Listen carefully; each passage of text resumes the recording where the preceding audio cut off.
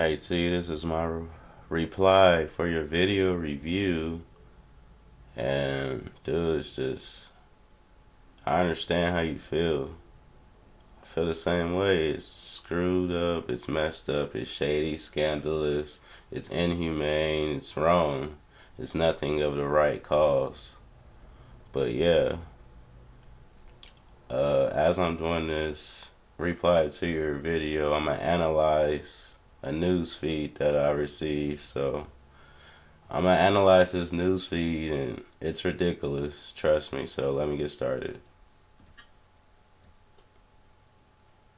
Attorney Mike Story gives us a play-by-play of what happened the day Jose Guerreña was shot more than 60 times by officers and answers his family's questions. There have been questions. Why didn't they rush in?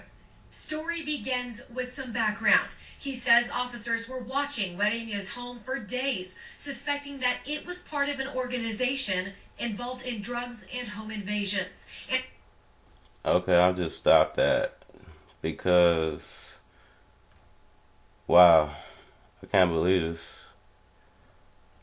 So they had plans to get a search warrant, raid, or whatever it was they needed to do, and they suspected him of being in some type of drug ring and organized home invasions. They suspected him of doing these things.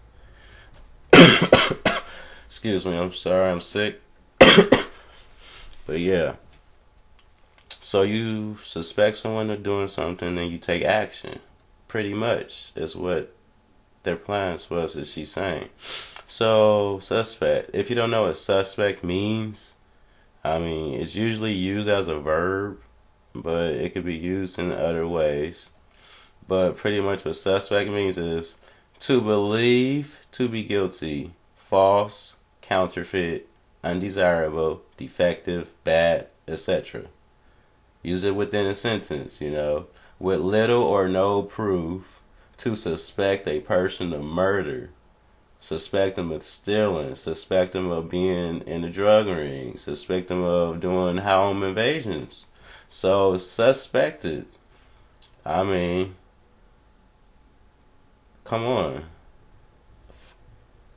dude, with little or no proof. You suspected him of doing something, now he's dead. There's no right in there when you suspect someone of something, and in the end of suspecting them of something, they die. It's not right. Let me finish this. And at one point, a man who looked like Guerreña conducted counter-surveillance by following detectives. Then on May 5th, the SWAT... Okay, another reason why they jumped into his house and killed the dude. They're saying another reason why they did it is they said another man that looks like Jose was telling and following cops. He was just following around and seeing what the kind of things they did and probably documenting, that's what you do. Like, usually when you set someone up or something, you follow them around and you see what they do when they home, when they aren't, things like that. That's like what crime people do, I guess. But yeah, long story short, as I said, they said he looked like the guy that was doing that, and that's another reason why they jumped into his house. But looking alike and being that person are completely two different things. So let's finish this again. A team showed up at the house with lights and sirens and shouted out that they were police. Story. Nearly an hour later, officers go in and see Guerreña down a hallway. Story says Guerreña lifted his gun and said this. He says to the SWAT operators, "I have something for you. I have something for you guys." Officer...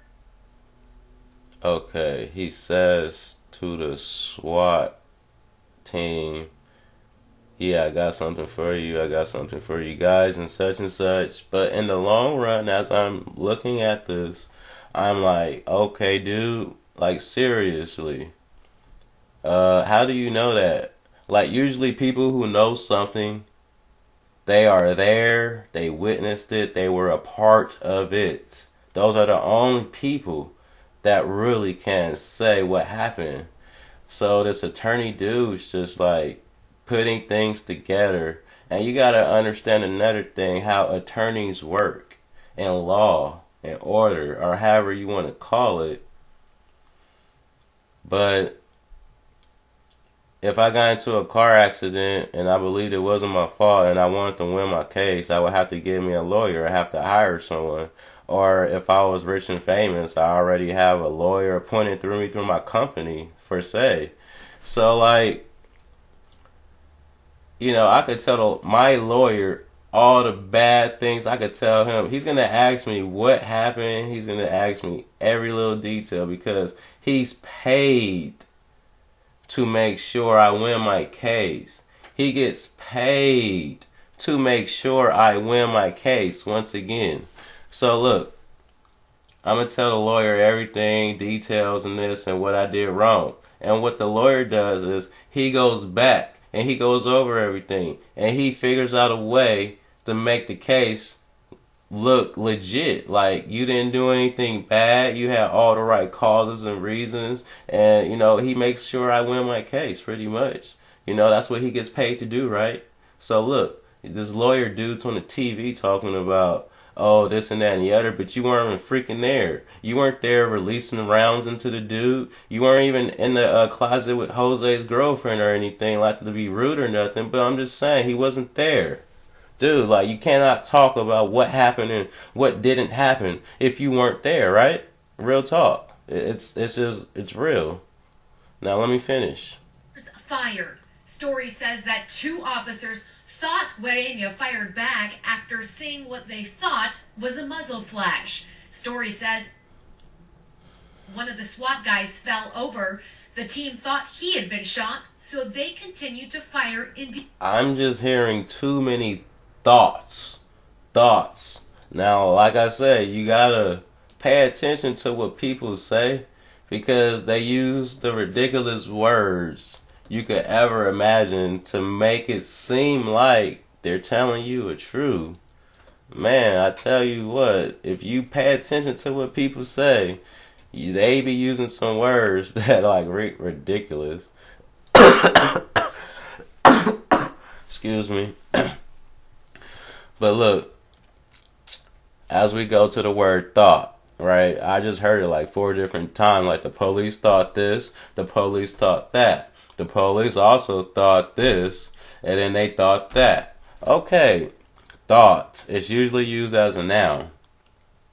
It says the product of mental activity.